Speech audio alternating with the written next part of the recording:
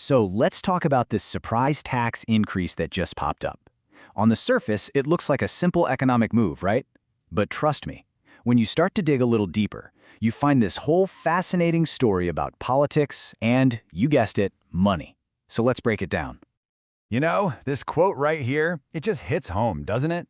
It's like a routine. You wake up and check what the new tax of the day is. I mean, it really feels like that sometimes. And wouldn't you know it, that's pretty much what just happened. Again. All right, so first up, the surprise tax itself. Let's start right at the beginning, with the announcement that got everyone talking. So, boom, the government announces a new hike in the import tax. But honestly, the tax itself isn't even the most interesting part. The real story, the one we're going to get into, is why they made this decision. Okay, on to part 2, the official excuse. So what did the government tell everyone? What was the public reason they gave for this? Well, they pulled out a classic from the playbook. Protectionism. The idea is pretty straightforward, right? You slap tariffs on imported goods to make them more expensive. The hope is that this will push people to buy locally made stuff instead. It's an argument we've all heard a million times before. But that's where you have to pause and ask, right? Is that the whole story? Was this really about some grand, well-researched plan to boost the local economy? Or is there something else going on behind the scenes? And what's the big rush all of a sudden? And that leads us right into our next section, following the money. Because if you really want to find the answers, there's one golden rule. You've got to follow the money. And this is where things get really interesting. It turns out this tax hike had pretty much nothing to do with an industrial strategy. Nope, it was all about a very specific financial problem. And here is the magic number, 14 billion reais. Keep that number in your head, because that wasn't just some random figure, it was the exact amount the government needed to plug a specific hole in the 2026 budget. Kind of specific, don't you think? It seems they had a shortfall for expenses they'd already committed to.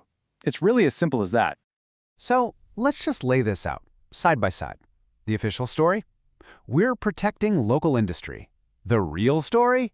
They needed that $14 billion to cover parliamentary amendments. Now what are those? That's basically cash that politicians get to send to their own projects back home. And what a coincidence? It's all happening in an election year. That money is a powerful tool to lock in political support in Congress. And maybe the most telling part of all this is how they did it. It was so quiet. This whole thing just sort of appeared in a report. See, the import tax is one of those things that can be changed by a simple presidential decree. That means no big vote in Congress, no public debate, nothing. The decision was just made, pushed through silently. Which brings us to part 4, the real cost. Okay, so the move was quiet and politically smart for the government, but somebody has to pay the price, right?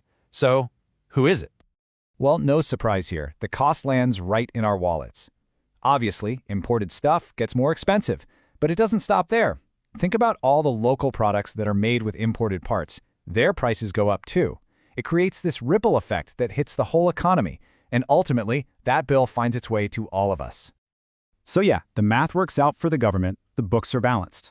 But the ones who really pay the price, it's the people making things and buying things in this country. It's basically the government shifting its financial problem directly onto the public. All right, let's get to the heart of it. Our final section, the root of the problem. To really get why this happened in the first place, we have to talk about something called the new fiscal framework. Basically, this new rule gave the government the green light to spend more in 2026. But there was a catch, a big one. They had to find new money to pay for that extra spending. And, well, when cutting expenses is off the table, what's the fastest way to get cash? You guessed it, a new tax. And this chart just lays it out perfectly. Look at the political cost for the government. It's super low. Because they did it so quietly, there was no fight, no messy vote. But now look at the economic cost for the rest of us. It's massive, and that entire burden falls on the people who produce and consume. And this quote it nails it. The measure wasn't to protect the industry, but to protect the government's governability. In other words, this was never really about economics. It was about political survival, keeping allies happy and making sure the government could keep its agenda on track. So it leaves us with a really big question, doesn't it? How long can the solution for every single political and fiscal problem just be another tax? It's a pattern, and it's definitely something worth thinking about. Thanks for joining me.